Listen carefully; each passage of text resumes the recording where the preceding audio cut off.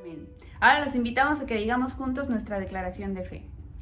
La palabra de Dios contenida en este libro es la verdad que acepto creer, es la enseñanza que me comprometo a seguir y es la esperanza que me atrevo a confesar. Nada me impide recibirla, nadie me evitará que la haga parte de mi vida y por ningún motivo dejaré de proclamarla. Estoy aquí para leerla, oírla y vivirla diariamente. Amén. Oremos. Señor, te damos muchísimas gracias por esta oportunidad que tú nos das de escuchar tu palabra, Señor. Te pido que tú bendigas a cada uno de mis hermanos, cada uno de nuestros corazones, Señor. Que tú nos des un corazón abierto, un espíritu abierto para escuchar lo que tú nos tienes que decir, Señor. Te pido que bendigas al predicador, Señor, y que todo lo que pase en este culto sea para tu honra y tu gloria. En nombre de Cristo Jesús, amén. Amén. ¡Dios te bendiga! Es una frase que usamos todo el tiempo. Cuando alguien nos pregunta, ¿cómo estás?, algunos responden, ¡bendecido! Pero, ¿de verdad sabemos lo que significa la bendición de Dios? ¿Qué es ser bendecidos de verdad? En el Nuevo Testamento, la palabra griega que se traduce como bienaventurados es makarios. También significa felices, dichosos, afortunados o bendecidos. Pero no es esa felicidad que el mundo persigue. Cuando pensamos en la felicidad, muchos se imaginan un viaje a Hawái, un carro último modelo, placeres, mucho dinero, mucha fama o mucho éxito material. Pero eso no es lo que significa ser bendecido de verdad. Makarios es algo mucho más profundo. En el Sermón del Monte en Mateo 5, Jesús comenzó su enseñanza con una serie de bienaventuranzas que explican lo que es la verdadera felicidad. Jesús nos enseña quiénes son los verdaderos makarios, bienaventurados, dichosos, felices. Esta es una felicidad duradera. No solo una alegría momentánea y pasajera, es el gozo de saber que somos de Dios y Él es nuestro Padre. En esta serie de sermones estudiaremos esas bienaventuranzas y aprenderemos cómo ser verdaderamente bendecidos, realmente felices, bienaventurados. Aprenderemos a ser makarios, inmunes contra la tristeza. Hosana, bendito el que viene en nombre del Señor. Qué bendición es recordar ese día tan importante. Eso Jesucristo en una forma deliberada, radical, se manifiesta como el rey, como el príncipe de paz y entra a Jerusalén. Hacía tiempo que no lo hacía. Estaba en los alrededores porque sabía que lo querían matar, pero ese día, algunos dicen que incluso fue demasiado atrevido, temerario, y entró a Jerusalén como un reto a la cultura de aquella época, a la política y a la religión de aquella época, como diciéndoles, esta es la verdad, yo soy la verdad. Y se manifestó como el príncipe de paz. No llegó en un caballo blanco como un conquistador. Llegó en un animal hijo de asna, un burrico, manifestándose como un rey de paz, un rey lleno de amor, de esperanza, de fe para los seres humanos. Qué bendición y qué lindo que los niños y los adultos y todos juntos le cantemos al Señor y recordemos ese día tan importante al que llamamos la entrada triunfal. Qué bendición. Se inicia la semana especial, la última semana del Señor, que la última semana que estuvo entre nosotros es la semana a la que los evangelistas, los 4, Mateo, Marcos, Lucas y Juan, le dedican más tiempo que a todo lo demás de su ministerio, por cierto. Y por eso nosotros estaremos estudiando durante estos días esos pasajes en particular que hablan de lo que sucedió en cada día, en cada uno de esos días, todos los días de culto que tendremos, y lo verán ustedes en los anuncios, tendremos palabra con respecto a lo que pasó en estos días. Pero este evento de la entrada triunfal y el Señor manifestándose como príncipe de paz queda muy bien con la bienaventuranza que nos corresponde estudiar ahora. Bienaventurados los pacificadores, porque ellos serán llamados hijos de Dios. Tiene que ver con su reino, con ese reino que Él anunció cuando vino a estar entre nosotros y cuando entró a Jerusalén de manera especial, lo manifestó. Por eso el mensaje de hoy se llama ¿Qué dichosos son los guerreros de la paz de Dios? Está basado en Mateo 5:9. Y usted pensará, bueno, guerra y paz de Dios no va junto, ¿no? Porque guerra y paz no van juntos. Discúlpeme, pero le voy a enseñar y le voy a compartir, y creo que va a quedar demostrado al estudiar el pasaje que este dicho está bien dicho. ¡Qué dichosos son los guerreros de la paz de Dios! Vamos a introducirnos en el tema. Amor y paz. Déjame en paz. La paz sea con vosotros. Descansa en paz. Estas y otras expresiones usamos los seres humanos para hablar del concepto paz, pero al analizar las expresiones nos podemos dar cuenta de que en realidad no tiene nada que ver con la paz. Mire, le pregunto, ¿de verdad hay amor y paz en la juventud mundana de nuestros días? Porque donde más se dice es en un antro, en una pachanga, en amor y paz, y algunos lo dicen drogados. ¿De verdad hay amor y hay paz en lo que dicen algunas personas cuando usan esta frase? Había paz en el movimiento hippie de hace algunas décadas del siglo pasado, mediados o poquito después de mediados del siglo pasado, en el movimiento hippie que acuñó esta frase, amor y paz. ¿Había amor y paz entre ellos? ¿De verdad una persona, un esposo, cuando se pelean esposos, de verdad se queda en paz cuando dice, déjame en paz, y el otro le hace caso y lo deja? ¿De verdad se queda en paz? ¿De verdad? Porque hacemos un ritual en la iglesia y nos deseamos la paz, ¿con eso ya tenemos paz en el mundo? ¿De verdad hay paz en una persona que muere sin Cristo? ¿Que muere habiendo rechazado en forma deliberada el amor de Dios?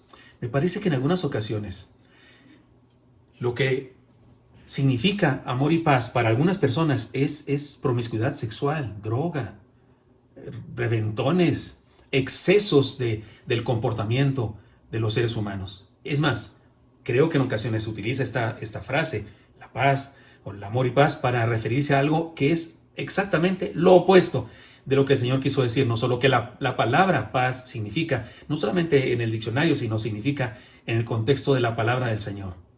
Por eso conviene que estudiemos. Si vamos a analizar la bienaventuranza, bienaventurados los pacificadores, conviene que estudiemos la paz. ¿Qué es eso? Este concepto que se enmarca en Mateo capítulo 5, versículo 9. Por eso vamos a leer la palabra, pero en esta ocasión no leeremos todas las bienaventuranzas. En esta ocasión leeremos solamente Mateo 5, 9, la bienaventuranza que nos corresponde estudiar hoy, pero la vamos a leer en diferentes idiomas. En algunos idiomas del mundo que conocemos, pero en algunos idiomas naturales de nuestra tierra, o sea, idiomas de nuestros antepasados que todavía se hablan, idiomas nativos de nuestro país, es decir. Adelante con la lectura de Mateo capítulo 5, versículo 9. Bienaventurados los pacificadores, porque ellos serán llamados hijos de Dios. Happy are people who make peace, because they will be called God's children. Bem-aventurados os pacificadores, pois serão chamados filhos de Deus. Heureux ceux qui procurent la paix, car ils seront appelés fils de Dieu. Weganiribo napuala kiri pereko uerako onoruame kucharanima. Tlatiochihualpaqueni naquinixeuia nixnamictli, pues yeguan quinotzasque y pilguantzitzin Dios. Mapaquican tlen quitemoua matiyekiyetoca, ihcuac quintocayotisquen tepilba de Dios. La clipaxo calima katziacoca, guanti tacatzangamako, chulis kuhmakol xpalacata piancalin canal tantaxni, xlaxtipancan tachixcohuitat, xampihuaxlacan ti Dios limaxtocoy luhuaxlicana xlaxcatan. Lilia palisa kupiakumi laka dadaw krananiba. Kanwitin nani gat lupia nani wibia bamna. ¿Qué les parece? ¿No es hermoso? Yo sé, no entendíamos nada cuando estaba hablando en el náhuatl de no sé qué región, o en el náhuatl de otra región, porque hubo varios, o en el Mixquito, o en el Garífona, o en Tarahumara, allá de mi tierra santa. Sé que no entendíamos, pero usted y yo no sabemos el versículo, y no es hermoso escucharlo y reconocer que la palabra de Dios ha sido traducida a más idiomas que ningún otro libro en el mundo. Eso es bendición, porque la palabra de Dios debe llegar a todo ser humano del planeta. ¿Qué nos dice esta bienaventuranza? Desde el punto de vista judío, la cultura judía, desearle la paz a alguien, por cierto, era un saludo típico entre judíos. Shalom Aleichem, la paz sea contigo, hermano. Desearle la paz era desearle todos los beneficios, desearle un estado de gracia, un estado de felicidad plena. Era como desearle que ya estés en la eternidad, que ya estés en el cielo. Era algo así, como desearle lo más maravilloso que se le puede desear a alguien. Y de hecho saludaban así los judíos entre ellos, porque ese era el deseo más grande que podías decirle a alguien. La paz es un tema que camina por toda la Biblia y por todo el Antiguo Testamento. Primeramente, déjeme decirlo, por ejemplo, allá en Números 6:26, cuando Dios le ordena a Moisés, que le diga a Aarón, que así debe bendecir al pueblo. La bendición sacerdotal terminaba con Jehová alce sobre ti su rostro y ponga en ti paz. Y el profeta Isaías nos dice que el que iba a nacer entre nosotros sería el príncipe de paz. Isaías 9:6, el otro fue Números 6:26. También en el Nuevo Testamento se utiliza el concepto paz por todas partes. Porque el reino de Dios no es comida ni bebida, sino justicia, paz y gozo en el Espíritu Santo, dice Pablo en Romanos 14:17. El reino de Dios es paz. Por lo demás, hermanos, tened gozo, perfeccionados, consolados, sed de un mismo sentir, y luego dice, y vivir en paz. Y el Dios de paz, de amor, estará con vosotros. O sea, por si no quedaba claro que paz es importante, hay que vivir en paz y además el Dios de paz. Es más, Pablo siempre saludaba con la palabra paz. Gracia y paz a vosotros, dice en 1 Corintios 1:3. Y gracia y paz a vosotros, dice en Gálatas 1:3 también. Y en Hebreos, la autora de la carta a los Hebreos dice, y el Dios de paz, que resucitó de los muertos a nuestro Señor Jesucristo, el gran pastor de las ovejas por la sangre del pacto eterno. El Dios de paz le llama el autor o la autora de la carta a los Hebreos. El Señor Jesucristo mismo se manifestó como alguien que vino a traernos la paz y vino a dejarnos la paz. ¿Recuerdan cuando dijo, la paz os dejo, mi paz os doy, yo no os la doy como el mundo la da, no se turbe vuestro corazón y tenga miedo? Juan 14:27, la paz os dejo, mi paz os doy, dijo el Señor. No pierda de vista esta palabra del Señor porque en la conclusión vamos a analizar eso más detenidamente. Pablo dijo incluso que la redención y la paz son la misma cosa. Algo así como que tener la paz de Dios es ser salvo. Es tener redención, es tener salvación. Mire cómo dice, pero ahora en Cristo Jesús, vosotros que en otro tiempo estabais lejos, habéis sido hechos cercanos por la sangre de Cristo. Porque Él es nuestra paz. Fíjese cómo dice, Él es nuestra paz. Es como si pudiera decir, Él es nuestra salvación, Él es nuestra redención, Él es nuestra vida eterna, pero dice, Él es nuestra paz, que de ambos pueblos hizo uno, derribando la pared intermedia de separación. O sea, Él es nuestra paz, pero además nos hizo uno a todos, formamos la comunidad de fe. Y por si fuera poco, también Pablo dice que la paz es parte del fruto del Espíritu Santo. Mas el fruto del Espíritu Santo es amor, gozo, paz, paciencia, unidad, bondad, fe, mansedumbre, templanza, y lo sabemos ustedes, y Gálatas 5:22. Oiga, entonces seguramente nos queda claro que paz es algo mucho más que ausencia de guerra, es algo mucho más que ausencia de problemas. Déjame decirlo de una vez, la paz es un estado del alma, es una condición que tiene que ver con la relación del hombre con Dios, pero también se muestra en una actitud ante la vida y en las relaciones del ser humano con los que le rodean. Como hablamos siempre, ¿no? La relación vertical, la relación horizontal. Tenemos paz para con Dios, tenemos paz con los que nos rodean también. Pero esta paz no es solamente ausencia de guerra, ausencia de pleito, ausencia de enemistad. No nos hablamos, córtalas, no nos hablamos. No, la paz es mucho más que eso. Es un estado, es una condición de gracia, de bendición, de ser macario. Para entenderlo mejor, veamos lo que quiso decir el Señor Jesucristo cuando dijo esta bienaventuranza. De los pacificadores. ¿Qué quiso decir? ¿Quiénes son los pacificadores?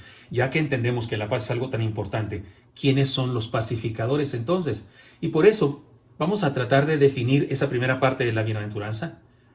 Bienaventurados los pacificadores, con diferentes frases para entenderlo mejor. Primera enseñanza. Qué dichosos son los que ayudan a otros a relacionarse con Dios. Está muy claro. Pacificador es un ayudante de Dios. Porque Dios es Dios de paz, es príncipe de paz. Jesucristo vino como príncipe de paz. Su interés era darnos la paz. Él quiere, mi paz os dejo, mi paz os doy, darnos la paz. Él quiere que todos los seres humanos experimentemos la paz de Dios que dijimos en la plenitud de la vida. Así es que si nosotros ayudamos a otras personas a encontrarse con Dios, somos pacificadores, así de claro. Y hay que decirlo de una vez. Aquellos que con su mal ejemplo, sus herejías, sus mentiras, sus rituales religiosos, que tergiversan el mensaje del Evangelio, aquellos que impiden por esas cosas que los seres humanos encuentren la verdad y tengan un encuentro con Dios, son ayudantes del diablo. No se puede decir de otra manera. Ahora bien, para que el ser humano encuentre la paz de su vida, porque es cierto, el ser humano tiene una guerra civil en su interior, eso es lo que se llama crisis existencial. Es lo que en la adolescencia aflora, porque el adolescente está descubriendo las cosas de la vida, está descubriendo los errores que cometen sus padres y los errores que comete el mundo y las atrocidades del ser humano y entra en crisis. ¿Y cómo resuelve eso una persona? Esa guerra interior, ¿cómo la resuelve? Algunas personas dicen, conociéndose a sí mismo, encontrándose a sí mismo, dicen algunas personas. Hay una persona que me molesta su dicho, pero se alejó del Señor Jesucristo y alguien le dijo, te perdimos, y dijo, no, me encontré. ¿Te encontraste con qué? Solo hay una manera de encontrarse, es encontrar a Dios. Esa es la única manera de encontrar la paz y de acabar con esa guerra en el interior, encontrarse con Dios. Y eso es justamente ser un pacificador, ayudar a otros a encontrarse con Dios, a encontrarse con la verdad. En el mundo en que vivimos ahora resulta que hay que encontrar tu identidad, hay que encontrar tu preferencia. Cuando una persona encuentra su preferencia y decide quién es según sus gustos, sigue más confundida que nunca. Debe encontrarse con Dios, que es quien le creó. ¿Quién va a saber más de aquello que fue creado? ¿Quién va a saber más del cántaro? El creador del cántaro. No es el cántaro el que sabe más de sí mismo, es el creador del cántaro, el que sabe la verdad. Por eso la única manera de encontrar la paz del ser humano es encontrarse con Dios. Así que un pacificador es uno que construye puentes entre Dios y los hombres. Es uno que con su estilo de vida acerca a los hombres a Dios. Su carácter es tan parecido al de Dios, del pacificador, que los hombres pueden relacionarse con Dios por seguir su ejemplo, por ver a esa otra persona. ¿Se acuerdan cómo se presentó Dios ante Moisés? ¿Recordamos eso? Cuando lo encontró en la zarza ardiente, Dios le dijo a Moisés, soy el Dios de tus padres. Soy el Dios de Abraham, de Isaac y de Jacob. Y en ese momento Moisés entendió quién era Dios. Porque Moisés había escuchado acerca de Abraham, Isaac y Jacob. Conocía el testimonio de estos grandes personajes de la fe. Y cuando Dios le dijo, soy el Dios de ellos, Moisés conoció a Dios. Así que un pacificador es aquel que por su estilo de vida, por su forma de ser, por su testimonio personal, por la identidad que manifiesta a los demás pueden conocer a Dios. Y no estoy hablando de hacer una campaña evangelística, porque ciertamente esta es una tarea de evangelización. Un pacificador es un evangelizador. Es una persona que está compartiendo el evangelio, pero no tiene que hacer una campaña. No tiene que entrar en una campaña y una cruzada y que lo capacitan y va y toma un curso. No, su vida misma es una campaña. Cada día que anda por la calle está en campaña. Es como funciona la Gran Comisión. La Gran Comisión la traducimos mal cuando dice ahí, Mateo 28, 18 al 20, dice, por tanto, id, no es un imperativo en el griego, en griego es un gerundio, debería decir yendo. Lo que dijo el Señor es mientras van en la vida. Hagan discípulos mientras van en la vida, mientras van a que les pongan la vacuna. Me la pusieron ayer. Mientras van a que les pongan la vacuna, mientras van a comprar masa para hacer sopes, mientras van al médico para que les dé una receta, mientras van al cine, cuando haya cine, mientras hacen discípulos, o sea, mientras vivimos, porque no se trata de una campaña específica de unos días, sino se trata de una vivencia permanente. Podríamos decir entonces que la antítesis, o antitesis, dicen que se puede decir de las dos maneras y es igual, de esta bienaventuranza, podría ser esta. Qué desdichados son los ayudantes del mal, que con su falso testimonio ponen tropiezo, contaminan el mensaje con sus ideas mundanas e impiden a otros conocer y encontrarse con Dios. Ay, disculpe, pero está triste eso, ¿no?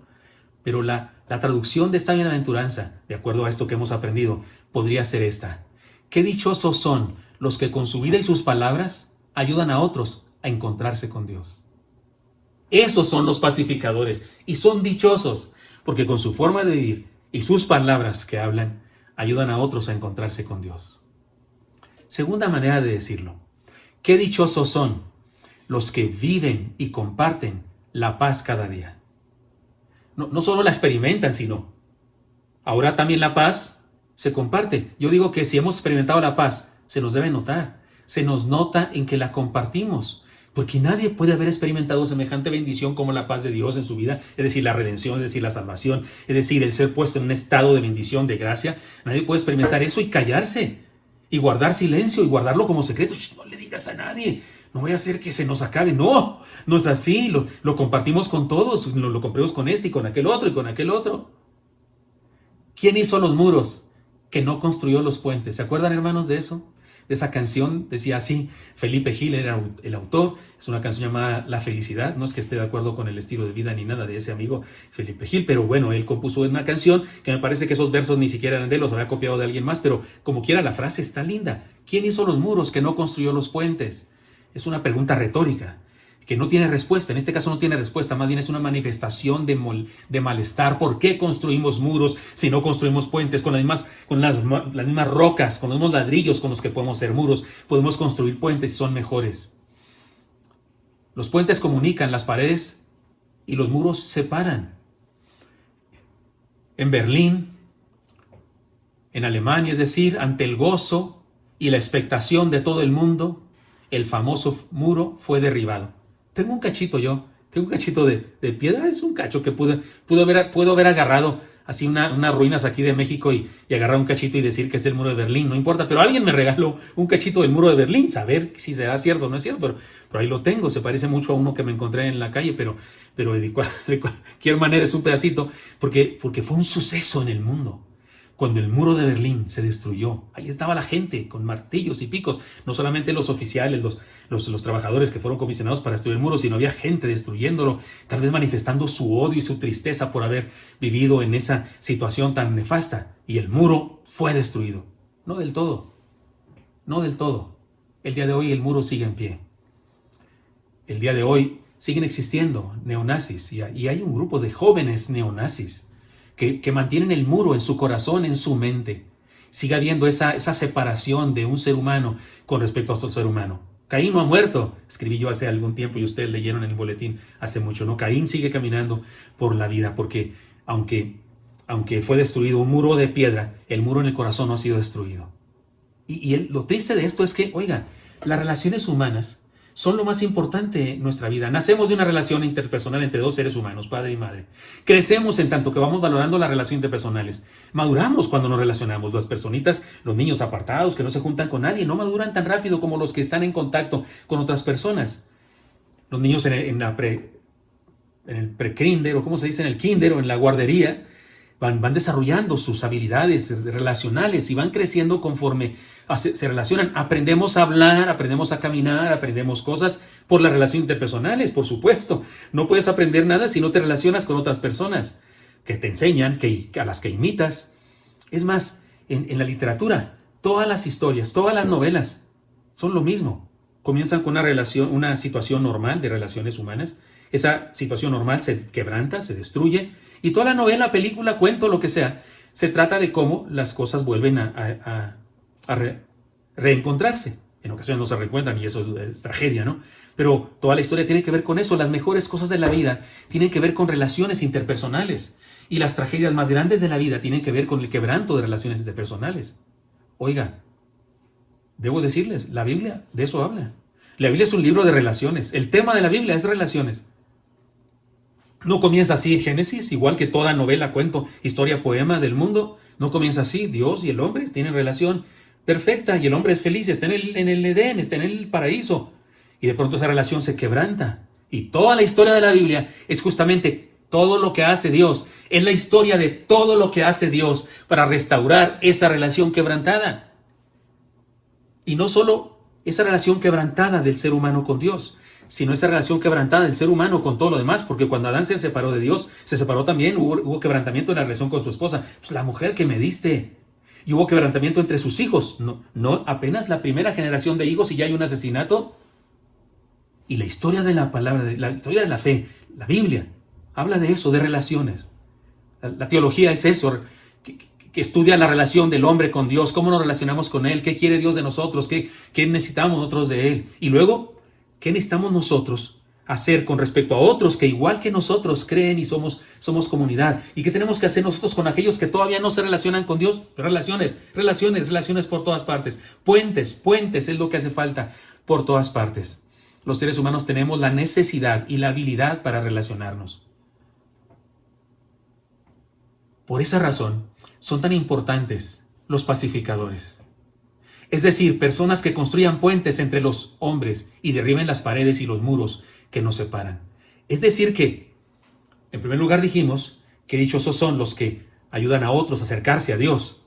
Pero aquellos que se han acercado ya a Dios también son pacificadores en el sentido de que ayudan a otros a encontrarse entre sí.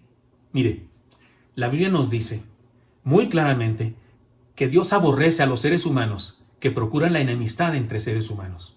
¿Se acuerdan? El hermano Eli lo menciona a menudo como esta es una especie de formato poético que lo dice en la Biblia, en Proverbios, en la literatura sapiencial es muy, muy común encontrar eso, que dice 4 cosas aborrece Jehová y aún una quinta odio o algo así, o 6 cosas aborrece Jehová y aún una séptima. Lo que quiere decir es que hay cosas que le molestan a Dios y cuando se dice así y aún una, esa una es como la peor de todas.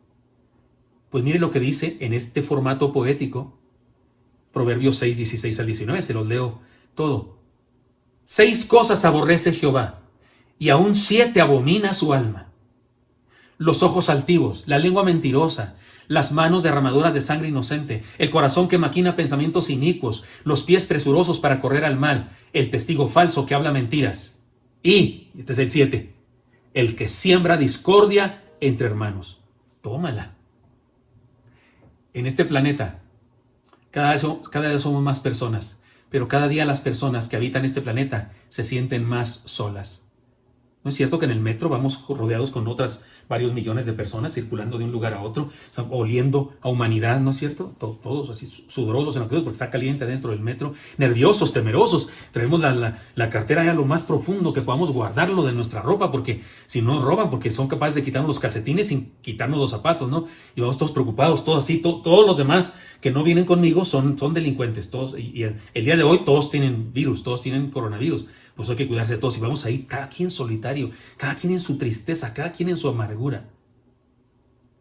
Solos, amontonados, pero solos. Eso es una de las cosas más tristes de la vida. Pero Jesucristo nuestro Señor, el gran pacificador que unió a los hombres con Dios, también puede unir a los hombres entre sí. Esa es la importancia y valor de su iglesia. Y esa es la razón por la que nadie puede decir con justicia ni verdad que la iglesia, que no sirve, que no importa. ¿Cómo que no?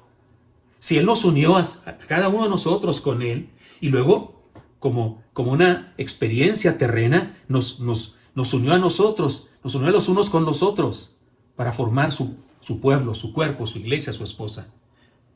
¿Y no se ha puesto a pensar que usted y yo somos hermanos de personas que viven bien lejos de los coreanos cristianos, de los chinos cristianos, de los brasileños cristianos, que oremos por ellos porque son el peor país ahorita con el asunto de la pandemia, ¿no es cierto? Por tan jacarandosos que son. Y cuidado, por favor, esta Semana Santa no sigamos el ejemplo de ellos porque vamos a tener un repunte otra vez nosotros, paréntesis, ¿cómo se dice? Educativo con respecto a la pandemia.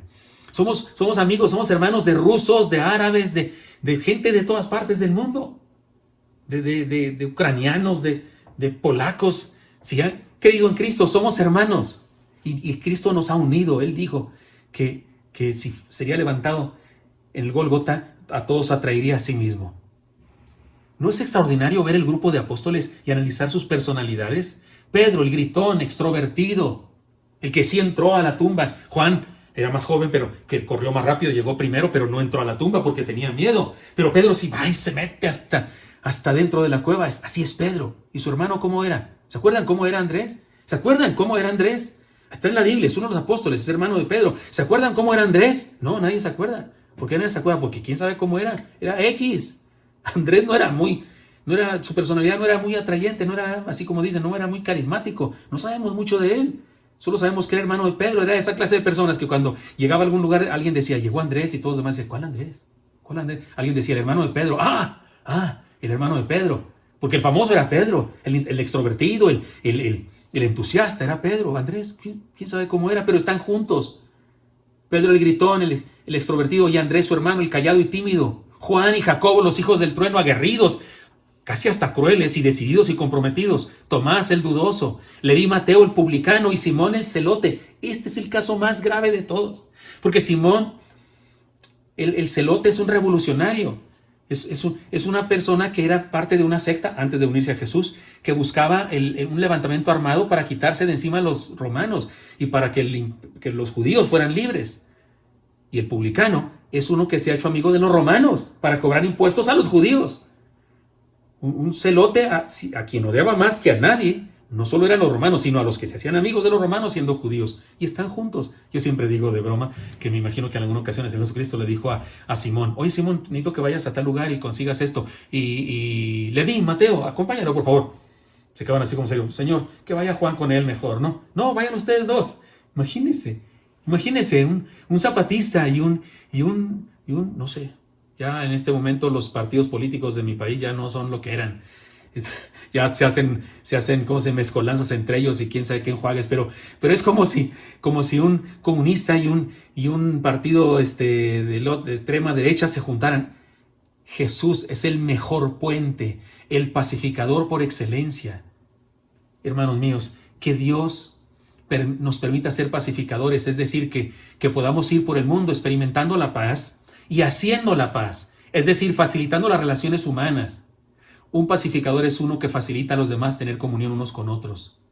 El trabajo de un pastor, más difícil, digo yo, más importante, es lograr que todos los miembros de una iglesia sean un solo grupo. Y no 2, ni 3, ni grupitos, sino un solo grupo, hermanados. Pero ahí les voy. No es trabajo solo del pastor, no me la dejen solo. No, el trabajo de un pastor es ese, sí, pero también el de cada miembro de la iglesia. Así que la antítesis de esta bienaventuranza podría ser esta. Qué desdichados son los chismosos, los que hacen intrigas, los que disfrutan ver a otros separarse, los que calumnian y detractan a otros, porque su corazón está ya desde ahora en el infierno mismo. Y la traducción de esta bienaventuranza podría ser esta. Qué dichosos son los que construyen puentes entre seres humanos y comparten la paz de Dios.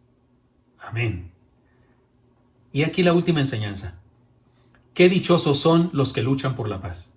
La última manera de traducir bienaventurados los pacificadores. Qué dichosos son los que luchan por la paz. Esta bienaventuranza, esta felicitación de Cristo para los hombres, no es para los que aman la paz. Perdónenme, no es para los que aman la paz. Todos amamos la paz. Ni es para los que desean la paz. Todos deseamos la paz. Todo el mundo desea la paz y dice amar la paz. No, esta bienaventuranza es para los que se atreven a buscarla, incluso luchando por ella.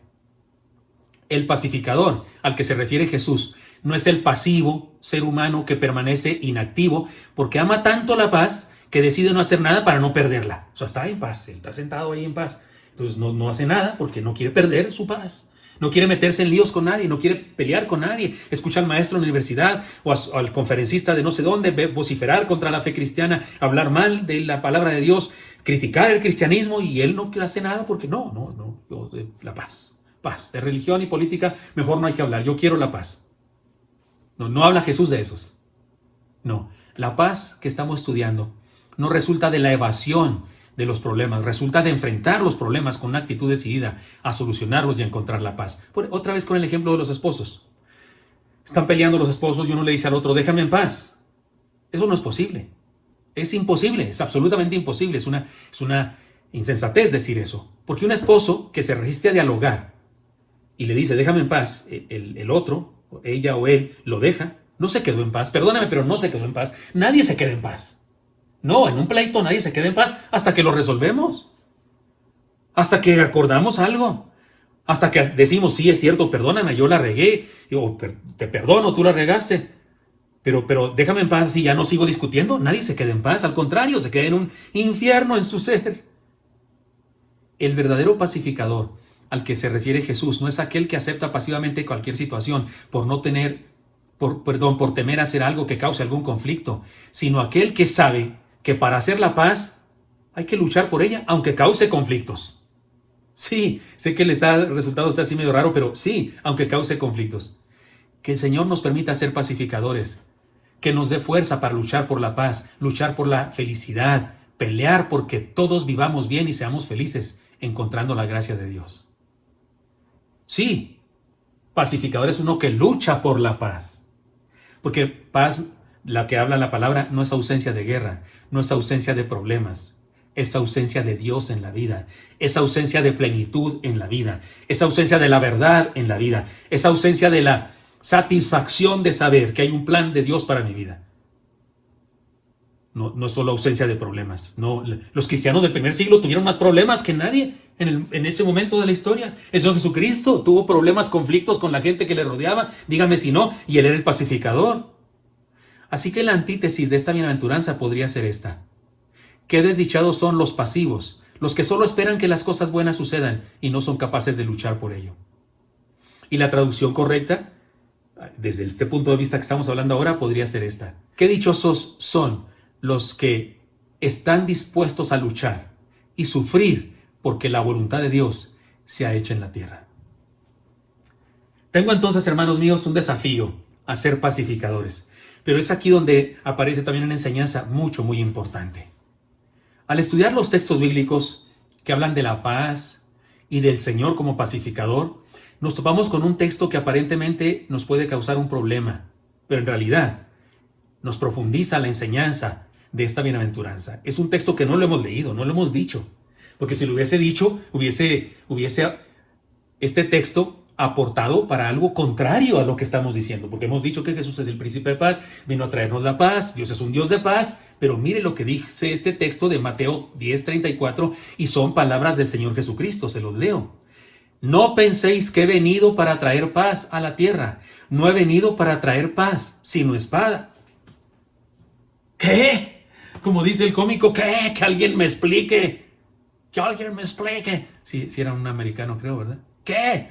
¿Alguno de estos líos que tengo aquí de teología, de griego, me podrá explicar esto? Si estoy hablando de la paz y luego salgo con este texto que Jesús dice, no penséis que he venido a traer paz a la tierra, no he venido para traer paz sino espada. ¿Él no vino a traer paz sino espada? Sigamos leyendo el texto, sigamos leyendo para encontrar solución. Porque he venido para poner en disensión al hombre contra su padre, a la hija contra su madre y a la nuera contra su suegra. O sea, está peor cada vez que leo más, está estando peor, ¿no? Está estando peor. Y los enemigos del hombre serán los de su casa.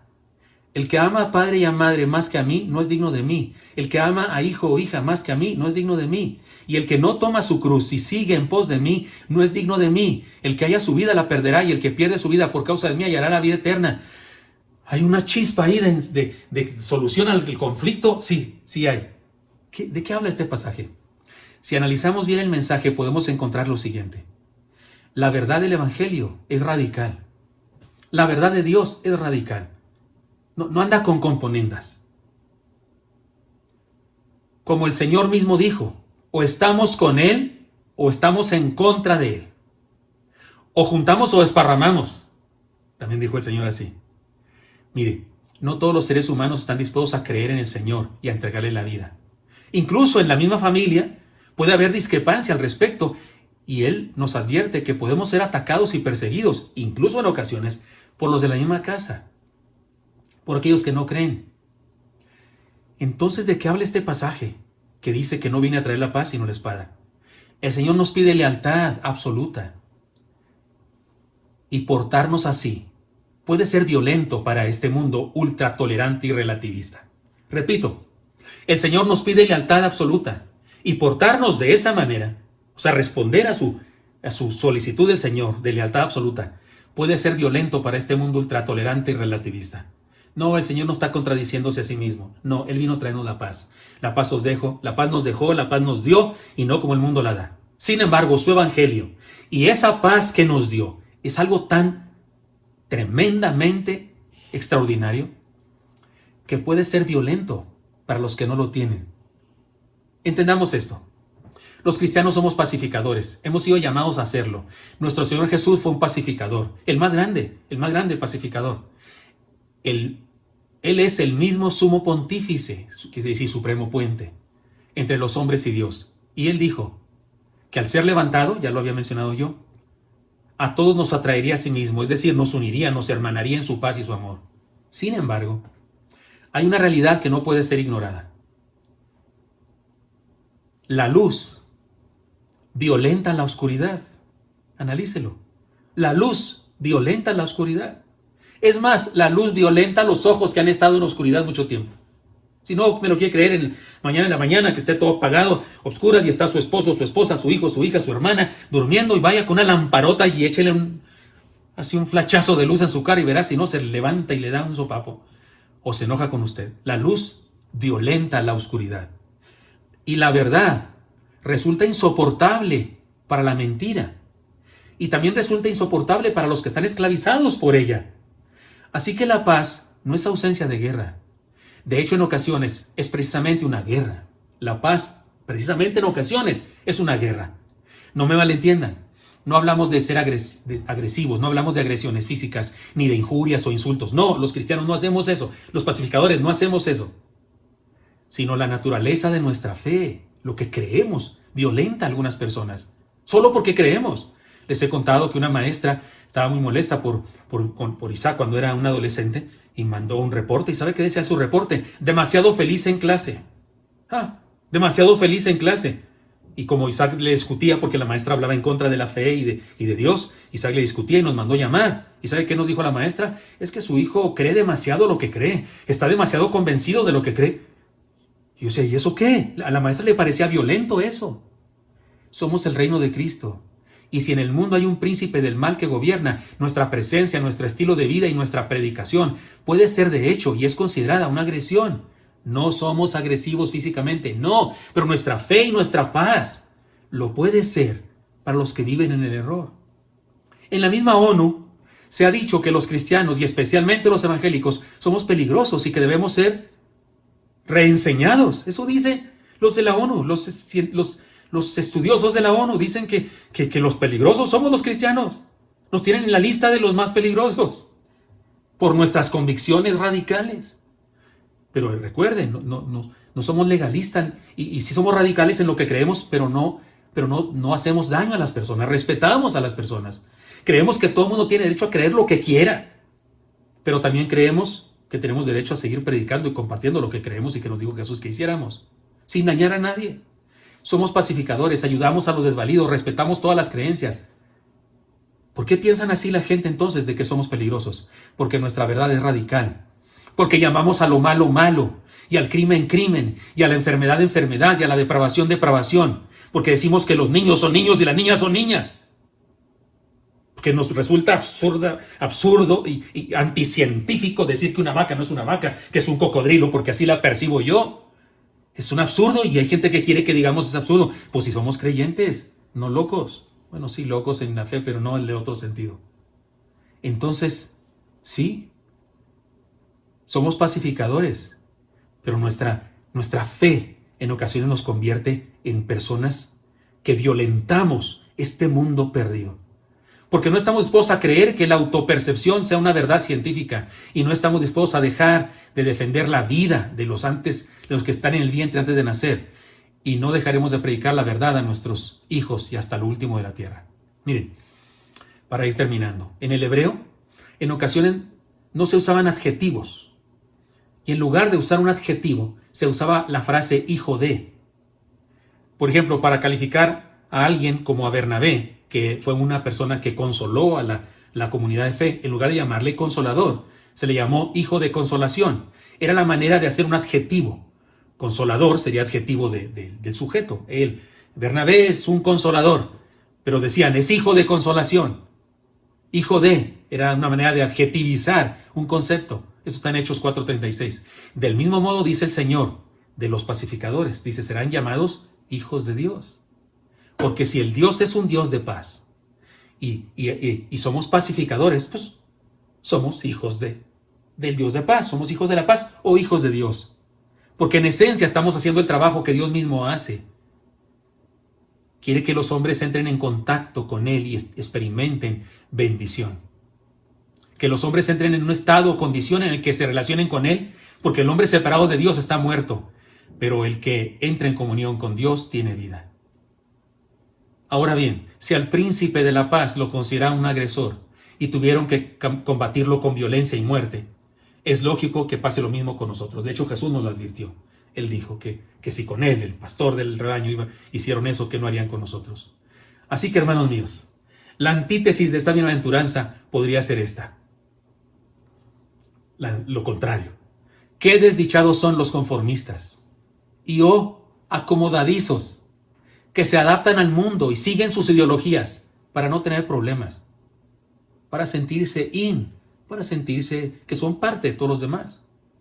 Son hijos de alguien o de algo, pero no de Dios. Y la traducción de esta bienaventuranza, de manera correcta, sería esta. Qué dichosos son los que luchan y están dispuestos a sufrir persecución y violencia para ayudar a los seres humanos a encontrarse con Dios y a unirse unos con otros. Se parecen tanto a Dios que se les nota que son sus hijos. Amén. Hermanos, este es un llamado a que seamos pacificadores. El que entró a Jerusalén en un borrico era el príncipe de paz, el rey de paz, el Dios de paz. Y nos ha llamado a nosotros a ser pacificadores. Y esta bienaventuranza, como nunca antes, por lo menos en lo que va de mi vida, había sido necesaria, especialmente en este tiempo en el que se acercan días, me parece a mí, de persecución contra los cristianos, porque nuestra verdad, es auténtica, es real, pero resulta violenta para este mundo perdido, lleno de mentira y de oscuridad. Sin embargo, hagamos lo que Dios nos dice, hagamos su voluntad, sigamos su camino y seamos pacificadores. Señor Santo, te doy gracias porque me das permiso hablar con mis hermanos y compartir esta palabra. Y te pido, Dios, que todos nosotros podamos experimentarte de tal manera que vivamos en la paz, en la plenitud de la vida, y que se nos note al construir también puentes para relacionarnos con otros y para compartirles a esos otros a través de esos puentes, y para ayudar a otras personas a que se encuentren contigo. Que así sea, te lo pido en Cristo Jesús. Amén.